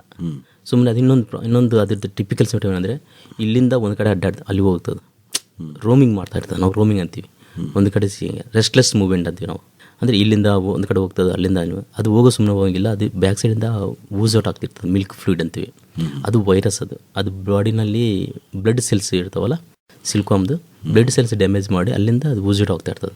ನೆಕ್ಸ್ಟ್ ಹುಳ ಯಾವ್ದನ್ನ ಅದು ತಿಂದರೆ ಅದಕ್ಕೆ ಇನ್ಫೆಕ್ಷನ್ ಆಗಿಬಿಡ್ತದೆ, ಅದರಿಂದ ತೊಂದರೆ ಆಗ್ತದೆ. ಅದಕ್ಕೋಸ್ಕರ ನಾವು ಹೇಳಿ ಸುಣ್ಣ ಬಿಡಿದ್ರೆ ಅಟ್ಲೀಸ್ಟ್ ಅಲ್ಲೇ ಕಂಟ್ರೋಲ್ ಆಗಿಬಿಡ್ತದೆ. ಏನೇನಿದ್ರೆ ಇಮ್ಮಿಡಿಯೇಟಾಗಿ ಹುಳ ಈ ಶೈನಿಂಗ್ ಇರ್ತದಲ್ಲ, ಶೈನಿಂಗ್ ಇಲ್ಲ, ಮೂಮೆಂಟ್ ಇರ್ತದೆ, ಮೋಲ್ಡ್ ಸೆಟ್ಲ್ ಅಂಥ ಹುಳ ಕಲೆಕ್ಟ್ ಮಾಡಿ ಒಂದು ಕಡೆ ಹಾಕಿ ಬೆಂಕಿ ಹಾಕಬೇಕು, ಸುಟ್ಟಾಕಬೇಕು. ಅದೊಂದು ಬೆಸ್ಟ್ ಆಪ್ಷನ್ ಸರ್. ಆಮೇಲೆ ಸೊಪ್ಪೆ ರೋಗ, ಅದು ಬ್ಲ್ಯಾಕ್ ಆಗಿಬಿಡ್ತದೆ ಸರ್. ಹುಳ ಇದ್ದಿದ್ದಂಗೆ ಏನಾಗ್ತದೆ, ಸ್ವಲ್ಪ ವೀಕ್ ಆಗಿಬಿಡ್ತದೆ, ಫೀಡಿಂಗ್ ತೊಗೊಳಂಗಿಲ್ಲ. ಯಾವಾಗ ಫೀಡಿಂಗ್ದು ತೊಂದರೆ ಆಗಿ ಸೊಪ್ಪು ಜಾಸ್ತಿ ತಿಂತಾ ಇಲ್ಲ ಅಂದರೆ ಆವಾಗ ಒಂದು ಇಂಡಿಕೇಶನ್, ಅದು ಸೊಪ್ಪೆ ರೋಗ ಬರೋದಕ್ಕೆ ಚಾನ್ಸ್ ಇದೆ ಅಂತ. Okay sir. ಇಮಿಡಿಯೇಟಾಗಿ ಟೆಂಪ್ರೇಚರು, ಹ್ಯುಮಿಡಿಟಿ ಫ್ಲಕ್ಚುಯೇಷನ್ ಆಗಿರ್ತದೆ. ನೈಟ್ ಟೈಮು ಫುಲ್ಲು ಕೋಲ್ಡ್ ಆಗಿಬಿಡ್ತದೆ, ಮಾರ್ನಿಂಗ್ ಟೈಮಲ್ಲಿ ಎಕ್ಸ್ಟ್ರೀಮ್ ಆಗಿಬಿಡ್ತದೆ ಟೆಂಪ್ರೇಚರ್, ಹ್ಯುಮಿಡಿಟಿ ಅಷ್ಟೇ. ಆದಾಗ ಏನಾಗ್ತದೆ, ಹುಳ ವೀಕ್ ಆಗಿಬಿಡ್ತದೆ, ಅದರಿಂದ ಬ್ಯಾಕ್ಟೀರಿಯಾಯಿಂದ ತೊಂದರೆ ಆಗ್ತದೆ. ಅದಕ್ಕೋಸ್ಕರ ನಾವು ಮೇಂಟೈನ್ ಮಾಡಬೇಕು ಟೆಂಪ್ರೇಚರ್, ಹ್ಯುಮಿಡಿಟಿ. ಈಗ ಬಂದ ಮೇಲೆ ಹತೋಟಿ ಮಾಡೋದು ಕಷ್ಟ, ಈ ರೋಗಗಳು ಬಂದ ಮೇಲೆ ಮಾಡೋದು ಕಷ್ಟ ಸರ್. ಒಂದೊಂದು ಹುಳ ಅಲ್ಲ, ತೊಂದರೆ ಆಗ್ಬಿಡ್ತದೆ. ಅದು ಇರೋದೇ ಲೈಫ್ ಸ್ಪ್ಯಾನ್ ಕಡಿಮೆ. ನಾವು ಅದ್ರ ಮೇಲೆ ವರ್ಕ್ ಮಾಡ್ತಾಯಿದ್ದೀವಿ, ಒಂದು ಪ್ರಾಡಕ್ಟ್ ರೆಡಿ ಮಾಡ್ತಾಯಿದ್ದೀವಿ. ಅದು ಬಂದರೆ ಚೆನ್ನಾಗಿರ್ತದೆ ಅಂತ ನೋಡ್ತಾ ಇದ್ದೀವಿ ಸರ್. ಈ ಹೊಸ ಹಾಸಿಗೆ ಸೋಂಕು ನಿವಾರಕಗಳನ್ನೇನಾದರೂ ಅಭಿವೃದ್ಧಿ ಮಾಡಿದಿರ ತಾವು? ಹೊಸದು ಮಾಡ್ತಾಯಿದ್ದೀವಿ ಸರ್. ಈಗ ಮಾಡ್ತಾಯಿದ್ವಿ. ಈಗ ಲಾಸ್ಟ್ ನಮ್ಮ CSRT ಬಂದಿದ್ದು ಸೆರಿಫಿಟ್ ಅಂತ. ಈಗ ಇನ್ನೊಂದು ಪ್ರಾಡಕ್ಟ್ ರೆಡಿ ಮಾಡ್ತಾಯಿದ್ದೀವಿ. ಇದು ಮೇ ಬಿ ಇನ್ನೊಂದು 1 ಇಯರ್ನಲ್ಲಿ ಹೊರಗೆ ಬಂದುಬಿಡ್ತದೆ ಸರ್, ರಿಲೀಸ್ ಮಾಡ್ತೀವಿ. ಈಗ ಸಾಮಾನ್ಯವಾಗಿ ದ್ವಿತಳಿ ಬಯೋಲ್ಟೆನ್, ಎಸ್ ಸರ್, ಮತ್ತು ನಿಮ್ಮ CSR ಹೈಬ್ರಿಡ್ಗಳು, ಎಸ್ ಸರ್, ಅಲ್ವಾ? ಹೌದು. ಆಮೇಲೆ ಬೇರೆ ಬೇರೆ ಈಗ ಕೋಲಾರ್ ಗೋಲ್ಡು ಆ ಥರ ಎಲ್ಲ ಸುಮಾರಷ್ಟು ರೇಷ್ಮೆ ತಳಿಗಳನ್ನು ನಾವು ಗಮನಿಸ್ತೀವಿ ಮಾರ್ಕೆಟಲ್ಲಿ, ಹೌದು ಸರ್, ಅಲ್ವಾ? ಇನ್ನು ಹಳದಿಗೂಡು ಬೆಳೆಯೋರ ಸಂಖ್ಯೆನೂ ಕೂಡ ಇದೆ, ಅಲ್ವಾ? ಈಗ ಯಾವ ತಳಿಯಲ್ಲಿ ಹಾಲು ರೋಗ ಮತ್ತು ಸಪ್ಪೆ ರೋಗ ಜಾಸ್ತಿ ಕಾಣಿಸ್ಕೋಬೋದು ಬೇಸಿಗೆ ಸಂದರ್ಭ? ಸರ್ ಬೇಸಿಗೆ ನಮ್ಮ ಇದೆ ಸರ್, ಬೈವೋಲ್ಟಿನಲ್ಲಿ ಡಬಲ್ ಹೈಬ್ರಿಡ್ನಲ್ಲಿ. ಅದಕ್ಕೆ ಸೆನ್ಸಿಟಿವ್ ಸರ್ ಇದು, ಅಷ್ಟು ಈಜಿಯಾಗಿ ತಡ್ಕೊಳಂಗಿಲ್ಲ. ಬನ್ನೂರು ಏರಿಯಾನಲ್ಲಿ ನಾನು ವಿಸಿಟ್ ಮಾಡಿದ್ದೀನಲ್ಲ, ನಂದು ಕಂಟ್ರೋಲ್ ಬರ್ತದೆ ಅದು. ಅಲ್ಲಿ ಇನ್ನೂ CBನ ಮಾಡ್ತಾರೆ. ಅವರು ಹೇಳಿದ್ರು, ಸರ್ ನಾವು ಇದು ಬೈವೋಲ್ಟಿ ಮಾಡಿದ್ರೆ ನಮ್ಮದೆಲ್ಲ ಲಾಸ್ಟ್ ಕ್ರಾಪ್ ಎಲ್ಲ ಹಾಲು ರೋಗ ಬಂತು, ಸಪ್ಪೆ ರೋಗ ಬಂತು, ಆಗಿಲ್ಲ ಸರ್, ಅದಕ್ಕೆ ನಾನು CB ಹೋಗ್ತಾಯಿದ್ದೀನಿ. CB ಮಾಡಿದೆ. ನಾವು ಫಾರ್ಮರ್ ಹೇಳೋದು ನಿಮಗೆ ಪ್ರಾಫಿಟ್ ಬರಬೇಕಪ್ಪ, ಏನೊಂದು ಮಾಡಿರಿ, ಬಟ್ ನಾವು ಪ್ರಿಫರ್ ಮಾಡೋದು ಬೈವೋಲ್ಟಿನ ಸ್ವಲ್ಪ ಕಂಟ್ರೋಲ್ ಸೇಮ್ ಬೈವೋಲ್ಟಿಂಗ್ ಎಷ್ಟು ಕಷ್ಟ ಬಿಡ್ತೀಯೋ CB ಅಷ್ಟು ಕಷ್ಟ ಶ್ರಮ ತಗೋಬೇಕು, ಅದೇ ಸುಮ್ಮನೆ ಬರೋಂಗಿಲ್ಲ. ಓಕೆ, ಸೇಮ್ ಇದೆ ಸರ್. ಅದೇನು ಪ್ರೊಸೆಸ್ ಇದೆ ಅದು ಕಂಪಲ್ಸರಿ ಮಾಡಿದ್ರೆ you will get good crop. ಎಷ್ಟೋ ಸಂದರ್ಭಗಳಲ್ಲಿ ಬೇಸಿಗೆಯಲ್ಲಿ ಹಿಪ್ಪನೇರಳೆ ಸೊಪ್ಪು ಏನಿದೆಯಲ್ಲ, ಹೌದು ಸರ್, ಅದರಲ್ಲೂ ಕೂಡ ತೇವಾಂಶ ಕಡಿಮೆ ಆಗಿ ಆಗ್ಬಿಡ್ತದೆ ಸರ್, ಅಲ್ವಾ? ಅಂದರೆ ಬಿಸಿಲಿಗೆ ಅಂದ್ರೆ ಈಗ ರೋಗವನ್ನು ಹತೋಟಿ ಮಾಡೋದಕ್ಕೆ ಸೊಪ್ಪಿನ ಗುಣಮಟ್ಟ ಅಂತ ನಾವು ತುಂಬ ಮಾತಾಡ್ತೀವಿ. ಅದೊಂದು ಐತಿ ಸರ್. ಈಗ ಸೊಪ್ಪನ್ನು ಯಾವ ರೀತಿ ಪೂರೈಕೆ ಮಾಡಬಹುದು ಅಂತ ತಮಗನ್ಸುತ್ತೆ ಸರ್? ಸೊಪ್ಪಿಗೆ ತೇವಾಂಶ ಕಡಿಮೆ ಆಗಿರ್ತದೆ, ನಾವೇ ಹೇಳ್ತೀನಿ ಸರ್, ಸ್ಪ್ರಿಂಕರ್ಸ್ ಇದ್ದರೆ ಅಟ್ಲೀಸ್ಟ್ ಒಂದು ರೌಂಡ್ ಸ್ಪ್ರೇ ಮಾಡಿಬಿಟ್ರೆ ಕಂಟ್ರೋಲ್ ಆಗ್ಬೋದು ಸರ್. ಆಮೇಲೆ ಮಾರ್ನಿಂಗ್ ಟೈಮ್ನಲ್ಲಿ ಸೊಪ್ಪು ಕಟಾವು ಮಾಡಿಕೊಂಡು ಇಟ್ಕೊಂಡ್ರೆ ಅರ್ಲಿ ಮಾರ್ನಿಂಗ್, ಯಾಕಂದರೆ ಈಗ ಟೆಂಪ್ರೇಚರ್ 10 o'clock ಆದರೆ ಸಿಕ್ಕಾಪಟ್ಟೆ ಬಿಸಿಲಾಗ್ತಾ ಇದೆ. ಓಕೆ, ಅದು ಮಾರ್ನಿಂಗ್ ಟೈಮ್ ಒಂದು 6 o'clockಗೆ ಹೋಗಿ ಕಟಾವು ಮಾಡಿಕೊಂಡು ನಮಗೆ ಫಸ್ಟ್ ಫೀಡಿಂಗ್ ಹೋಗ್ಬೇಕಾಗ್ತದೆ. ಬೇಕಂದ್ರೆ ಸಾಯಂಕಾಲ ಸ್ವಲ್ಪ ಲೇಟಾಗಿ ಒಂದು 6:30 ಹಾಕ್ಬೇಕಂದ್ರೆ ಒಂದು 5 o'clock ಹೋಗಿ ಕಟಾವು ಮಾಡಿಕೊಂಡು ಸೊಪ್ಪು ಕೊಡ್ಬೋದು. ಕೂಲ್ ಟೈಮ್ನಲ್ಲಿ ಸೊಪ್ಪು ತೊಗೊಂಡ್ಬಂದರೆ ಹುಳ ಚೆನ್ನಾಗಿರ್ತದೆ ಸರ್. ಇಲ್ಲಾಂದರೆ ಸ್ವಲ್ಪ ವೀಕ್ ಆಗ್ಬಿಡ್ತವೆ ಹುಳ ಡಿಪೆಂಡ್ ಆಗೋದು ಸೊಪ್ಪು ಮೇಲೆ ಅಲ್ವಾ? Yes sir. ಅದೊಂದು ಬೇಸಿಗೆಯಲ್ಲಿ ಸ್ವಲ್ಪ ಬೇಗ ಹುಳ ಸ್ಪಿನ್ನಿಂಗ್ ಅಂದರೆ ಗೂಡು ಕಟ್ಟುತ್ತೆ ಅಂತ ಹೇಳ್ತಾರೆ. ಅಂದರೆ ಚಳಿಗಾಲದಲ್ಲಿ ಸ್ವಲ್ಪ 1-2 ದಿವಸ ಜಾಸ್ತಿ ಆಗ್ಬೋದು, ಬೇಸಿಗೆಯಲ್ಲಿ ಸ್ವಲ್ಪ ಬೇಗ ಸರ್ ಫಿಸಿಯಲಾಜಿಕಲ್ ಆ್ಯಕ್ಟಿವಿಟಿ ಚೇಂಜ್ ಆಗ್ತಿರ್ತದೆ ಅಲ್ವಾ? Yes sir. ಹಾಂ ಹಾಂ, ಅದು ಏನಾದರೂ ಅಡ್ವಾಂಟೇಜ್ ಆಗ್ಬಲ್ಲದ ಸರ್ ಬೇಸಿಗೆನಲ್ಲಿ? ಅಡ್ವಾನ್ಸ್ ಏನಿಲ್ಲ ಸರ್, ನಾರ್ಮಲ್ ಅದು. ಅಡ್ವಾನ್ಸ್ ಏನಿಲ್ಲ, ಅದರೆಲ್ಲ ಸೊಪ್ಪು ಕಡಿಮೆ ಆಗುತ್ತಲ್ವಾ? ಸೊಪ್ಪು ಸರ್ ಅದಕ್ಕೆ ಎಷ್ಟು ಟೈಮ್ ಇರ್ತದೆ? 6 ಡೇ ಕಂಪಲ್ಸರಿ ಸರ್. 6 ಡೇ ಆದಮೇಲೆ ನಿಮಗೆ ಸ್ಪಿನ್ನಿಂಗ್ ಆಗೋದು. 5 ಡೇಸ್ನಲ್ಲಿ ಅಂತ ಆಗಿಲ್ಲ, 6 ಡೇಸ್ ಆದಮೇಲೆ ಸ್ಪಿನ್ನಿಂಗ್ ಬರೋದು. 6 ಡೇಸ್ ಆದಮೇಲೆ ಫಸ್ಟ್ ಸೆಕೆಂಡ್ ಫೀಡಿಂಗ್ನಲ್ಲಿ ಕೆಲವೊಂದು ಸಿಗ್ತದೆ, ಅದು ಗೂಡು ಸ್ಟಾರ್ಟ್ ಆಗ್ತದೆ. ಅಲ್ಲಿ ಈ ಮೇಟ ಒಂದು 5% ಗೂಡು ಬಂದರೆ ಈ ಮೇಟಾಗ ನಾವು ಮೌಂಟೇಜ್ ಹಾಕ್ಬಿಟ್ರೆ ಅಂತ ಹೇಳ್ತಾ ಇದ್ವಿ. 5 to 10% ಬಂದಾಗ ನೀವು ಅದ್ರ ಮೇಲೆ ಮೌಂಟೇಜ್ ಹಾಕಿ ಇಟ್ಬಿಟ್ರಿ, ಪ್ಲಾಸ್ಟಿಕ್ ನೆತ್ರಿಗಂತೀವಲ್ಲ ಅದು ಯೂಸ್ ಮಾಡು, ಅದು ಹಾಕಿ ಸ್ಪಿನ್ನಿಂಗ್ ಸ್ಟಾರ್ಟ್ ಆಗಿಬಿಡ್ತದೆ. ನಾವು ಇನ್ನೊಂದು ಹೇಳ್ತೀವಿ ಸರ್, ಫಾರ್ಮರ್ಸ್ಗೆ ಫಸ್ಟ್ರಿಂದ ಲಾಸ್ಟ್ ಗೂಡು ಮಾರ್ಕೆಟ್ ತೊಗೊಂಡು ಹೋಗೋ ಮಟ್ಟ ಕೇರ್ಫುಲ್ ಆಗಿರಬೇಕು. ಸೇಮ್ ಅದೇ ಕಂಡೀಷನ್ ಮೇಂಟೈನ್ ಮಾಡ್ತಿರ್ಬೇಕು.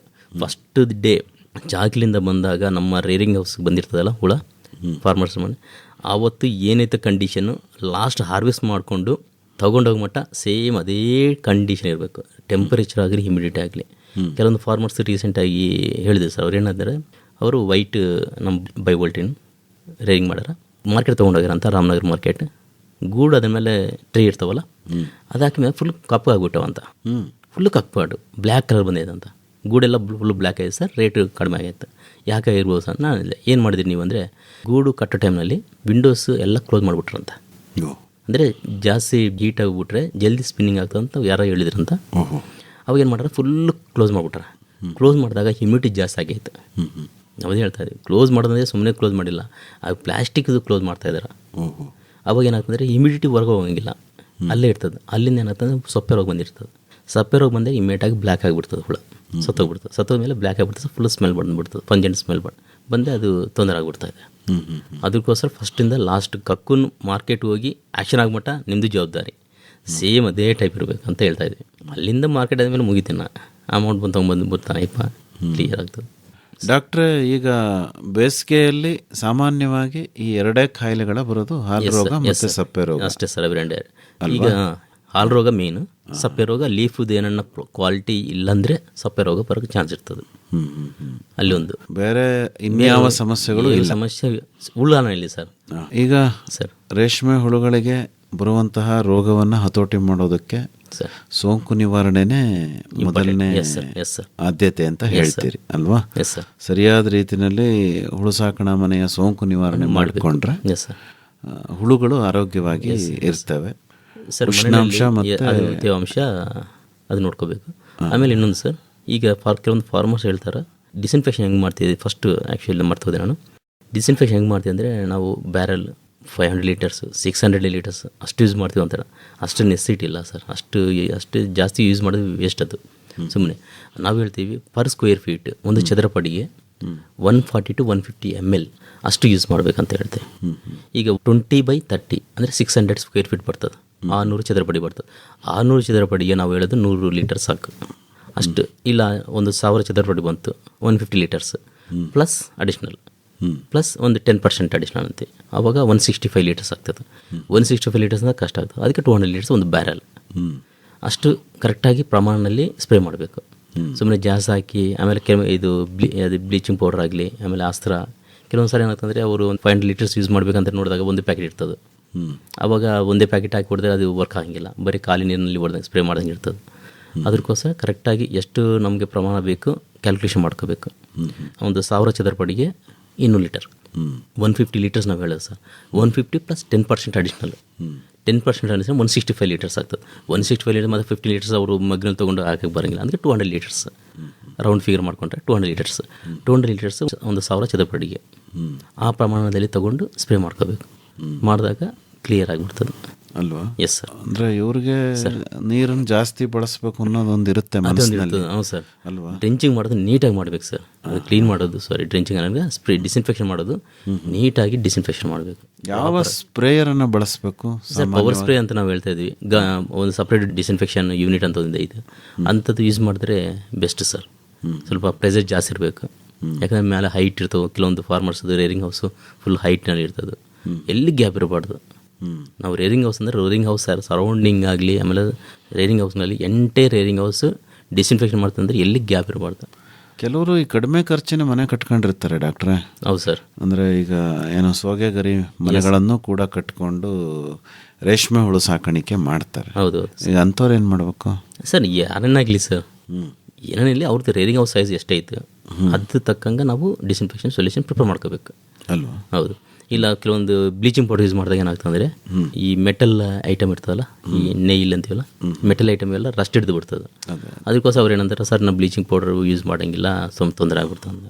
ಓಕೆ, ಬೇಕಾದರೆ ನೀವು ಹಸ್ರ ಯೂಸ್ ಮಾಡ್ರಿ ಅಂತೀವಿ, ಇಲ್ಲ ಸೇರಿಫಿಟ್ ಯೂಸ್ ಮಾಡ್ತಂತೆ, ಡೆಕಾಲ್ ಯೂಸ್ ಮಾಡ್ತಾರಂತೆ. ಡೆಕಾಲ್ ಅಂದರೆ ನಮ್ಮದೇ ಪ್ರಾಡಕ್ಟ್, CSB ಪ್ರಾಡಕ್ಟ್, ಅದು ಯೂಸ್ ಮಾಡ್ರಂತೆ. ಇಲ್ಲ ನಮ್ಮ KS ಡೆವಲಪ್ ಮಾಡಿದ್ದು ಸುಚಿ ಅಂತ ಐತೆ ಬೇರೆ ಪ್ರಾಡಕ್ಟ್, ಆ ಪ್ರಾಡಕ್ಟ್ ಯೂಸ್ ಮಾಡಿರಿ. ಬಟ್ ಏನಂದರೆ ನಾವು ರೆಕಮೆಂಡ್ ಮಾಡಿದ್ದು ಎಷ್ಟು ರೆಕಮೆಂಡ್ ಮಾಡಿದ್ದು ಅಷ್ಟೇ ಯೂಸ್ ಮಾಡಿರಿ, ಕಡಿಮೆ ಆಗಬಾರ್ದು. ಜಾಸ್ತಿ ಆಗಿರಿ ಏನಾಗಿಲ್ಲ ಸರ್, ಕಡಿಮೆ ಹಾಕ್ಬಿಟ್ಟು ತೊಂದರೆ ಆಗ್ತದೆ, ಕಡಿಮೆ ಆಗಬಾರ್ದು. ಎಷ್ಟು ಪ್ರಮಾಣದಲ್ಲಿ ಹೇಳಿದ್ವೋ ಅಷ್ಟೇ. 50 ಗ್ರಾಮ್ ಅಂದರೆ 50 ಗ್ರಾಮು. ಇಲ್ಲ ಸರ್ ನನ್ನ ಕಡೆ 50 ಗ್ರಾಮ್ ಇಲ್ಲ 40 ಗ್ರಾಮ್ ಐತಿ, ವರ್ಕ್ ಆಗ್ಬೋದಾ? ವರ್ಕ್ ಆಗಂಗಿಲ್ಲ. ಜಾಸ್ತಿ ಅಂದರೆ ನಿಮ್ಮ ಇಷ್ಟ ಅದು, ಬಟ್ ನಾವು ಹೇಳೋದು ಇಷ್ಟು ಪ್ರಮಾಣದಲ್ಲಿ ಯೂಸ್ ಮಾಡಬೇಕು ಅಂತ ಹೇಳ್ತೀವಿ. ಅಂದರೆ ಸರಿಯಾದ ಪ್ರಮಾಣದಲ್ಲಿ ಸರಿಯಾದ ಗುಣಮಟ್ಟದ ಇದನ್ನು ಬಳಸ್ಕೊಂಡು ಸೋಂಕು ನಿವಾರಣೆ ಮಾಡಬೇಕು. ಈ ಹಾಸಿಗೆ ಸೋಂಕು ಲೆಕ್ಕಾಚಾರ ಹೇಗೆ? ಅದನ್ನು ಎಷ್ಟು ಪ್ರಮಾಣದಲ್ಲಿ ಬಳಸಬೇಕಾಗತ್ತೆ? ಬೆಡ್ ಡಿಸ್ಇನ್ಫೆಕ್ಷನ್ ಅಂದು ಒಂದು ಸ್ಕ್ವೇರ್ ಫೀಟಿಗೆ 3 ರಿಂದ 5 ಗ್ರಾಮು. ಓಕೆ, ಲೇಟೇಜ್ ಅಂದರೆ 5 ಗ್ರಾಮ್ ಹಾಕಬೇಕು. ಅದು ಪ್ರಾಪರಾಗಿ ಡಸ್ಟ್ ಮಾಡ್ಕೊತಿರ್ಬೇಕು. ಒಂದು ಚದರಪಡಿ, ಒಂದು ಚದರಪಡಿಗೆ 5 ಗ್ರಾಮ್ ಡಸ್ಟ್ ಮಾಡಬೇಕು ನೀಟಾಗಿ. ಇಲ್ಲ ಕೆಲವೊಂದು ಫಾರ್ಮರ್ಸ್ ಚಲಿತಾ ಇರ್ತಾರೆ, ಅದು ಕರೆಕ್ಟ್ ಇಲ್ಲ, ಪ್ರೊಸೀಜರ್ ಕರೆಕ್ಟ್ ಅಲ್ಲ. ಒಂದು ಕ್ಲಾತ್ನಲ್ಲಿ, ಕಾಟನ್ ಕ್ಲಾತ್ನಲ್ಲಿ ಹಾಕ್ಕೊಂಡು ನೀಟಾಗಿ ಡಸ್ಟ್ ಮಾಡ್ಕೊಂಡು ಹೋಗ್ಬೇಕು. ಡಸ್ಟ್ ಮಾಡಿಕೊಂಡು ಆಮೇಲೆ ಎಲ್ಲಿ ಏನನ್ನ ಹುಳ ಏದನ್ನ ರೋಗ ಇದ್ದಿದ್ದು ಇರ್ತದಲ್ಲ ಅದು ನೀಟಾಗಿ ಕಲೆಕ್ಟ್ ಮಾಡಿಕೊಂಡು ಆ ಪ್ಲೇಸ್ನಲ್ಲಿ ಇಮಿಡಿಯೇಟಾಗಿ ಹುಲಿ ಸುಣ್ಣ ಜಸ್ಟ್ ಡಸ್ಟ್ ಮಾಡಿಬಿಟ್ರೆ ಅಲ್ಲಿ ಏನನ್ನ ಅದು ಎಸ್ಕ್ರೇಟ್ ಮಾಡಿರ್ತಲ್ಲ, ಹಾಲು ರೋಗ ಇದ್ದರೆ ಹಾಲು ಬಂದಿರ್ತದೆ ಅಲ್ಲಿ, ಅದು ಅಲ್ಲೇ ಈ ಲೈಮು ಡಸ್ಟ್ ಮಾಡಿದಾಗ ಅಲ್ಲೇ ಸತ್ತೋಗ್ಬಿಡ್ತದೆ. ಅದು ಮಾಡ್ಬೇಕು ಸರ್. ಬಹಳ ಜಾಗರೂಕತೆಯಿಂದ ಬೇಸಿಗೆನಲ್ಲಿ ಮಾಡಬೇಕು ಸರ್. ರೇಷ್ಮೆ ಹುಳು ಸಾಕಣೆ ಮಾಡಿ ರೋಗಗಳನ್ನು ಹತೋಟಿ ಮಾಡಬೇಕು ಸರ್. ಹೆಚ್ಚಿನ ಮಾಹಿತಿಗೆ ನಿಮ್ಮನ್ನೇ ನೇರವಾಗಿ ಸಂಪರ್ಕ ಮಾಡಬೇಕು ಅಂತಿದ್ರೆ ಡಾಕ್ಟರ್ ಮಲ್ಲಿಕಾರ್ಜುನ್ ಅವರೇ, ಸಂಪರ್ಕ ಮಾಡೋದಕ್ಕೆ ತಮ್ಮ ಮೊಬೈಲ್ ಸಂಖ್ಯೆನ ಹೇಳ್ಬೋದಾ? 9036653213 9036653213. ನಿಧಾನವಾಗಿ ಹೇಳಿ ಸರ್, ಇನ್ನೊಂದು ಸರಿ. 9036653213. ಒಳ್ಳೆಯದು ಡಾಕ್ಟರ್ ಮಲ್ಲಿಕಾರ್ಜುನ್ ಅವರೇ, ಇದುವರೆಗೂ ಬೇಸಿಗೆಯಲ್ಲಿ ರೇಷ್ಮೆ ಹುಳುಗಳ ರೋಗ ನಿರ್ವಹಣೆಗೆ ಸಂಬಂಧಪಟ್ಟಂತೆ ಬಹಳ ಉಪಯುಕ್ತವಾದ ಮಾಹಿತಿ ನೀಡಿದ್ರಿ. ವಂದನೆಗಳು, ನಮಸ್ಕಾರ ಸರ್. Thank you sir. ರೇಷ್ಮೆ ಐಸಿರಿ ಬೆಳೆಯಲು ಕೃಷಿಕರ ಪಾಲಿಗೆ ಸಿರಿ ಸಿರಿ. ಬೇಸಿಗೆಯಲ್ಲಿ ರೇಷ್ಮೆ ಹುಳು ರೋಗಗಳ ನಿರ್ವಹಣೆಯನ್ನು ಕುರಿತು ಮೈಸೂರಿನ ಕೇಂದ್ರ ರೇಷ್ಮೆ ಸಂಶೋಧನೆ ಹಾಗೂ ತರಬೇತಿ ಸಂಸ್ಥೆಯ ವಿಜ್ಞಾನಿ ಡಾಕ್ಟರ್ ಜಿ ಮಲ್ಲಿಕಾರ್ಜುನ ಅವರೊಂದಿಗೆ ಸಂದರ್ಶನವನ್ನು ಕೇಳಿದಿರಿ. ಬರುವ ವಾರ ಅಂದರೆ ಏಪ್ರಿಲ್ 30ರಂದು ಹಿಪ್ಪು ನೇರಳೆ ತೋಟದ ನಿರ್ವಹಣೆಯನ್ನು ಕುರಿತ ನೇರ ಫೋನ್ ಇನ್ ಕಾರ್ಯಕ್ರಮವಿದೆ. ಕೇಳುಗರ ಪ್ರಶ್ನೆಗಳಿಗೆ ಉತ್ತರಿಸಲಿದ್ದಾರೆ ಮೈಸೂರಿನ ಕೇಂದ್ರ ರೇಷ್ಮೆ ಸಂಶೋಧನೆ ಹಾಗೂ ತರಬೇತಿ ಸಂಸ್ಥೆಯ ವಿಜ್ಞಾನಿಗಳಾದ ಡಾಕ್ಟರ್ CM ಬಾಬು ಹಾಗೂ ಡಾಕ್ಟರ್ ರವೀಂದ್ರ. ರೇಷ್ಮೆ ಐಸಿರಿ, ರೇಷ್ಮೆ ಕೃಷಿ ತಾಂತ್ರಿಕತೆಗಳನ್ನು ಕುರಿತ ಬಾನುಲಿ ಸರಣಿ ಕೇಳಿದಿರಿ. ರೈತನ ಆದಾಯ ಸುಸ್ಥಿರ ಮಾಡುವ ಕೌತುಕ ಬೆಳೆಯ ರೇಷ್ಮೆ ಐಸಿರಿ. ಸಹಯೋಗ ಮೈಸೂರಿನ ಕೇಂದ್ರ ರೇಷ್ಮೆ ಸಂಶೋಧನೆ ಹಾಗೂ ತರಬೇತಿ ಸಂಸ್ಥೆ. ಹಸಿರು ಹೊನ್ನಿದು ಮಣ್ಣಲ್ಲಿ ಬೆಳೆಯುವ ಬಂಗಾರ, ಉಡಿಗೆ ತೊಡಿಗೆಗೆ ಸಂಪ್ರದಾಯದ ಶೃಂಗಾರ. ಶೀರ್ಷಿಕ ಗೀತ ರಚನೆ ಡಾಕ್ಟರ್ R ಭಾಗ್ಯ ಹಾಗೂ ರಮೇಶ್ P ರಂಗಸಮುದ್ರ. ರಾಗ ಸಂಯೋಜನೆ ಹಾಗೂ ಗಾಯನ G ಪುಷ್ಪಲತಾ.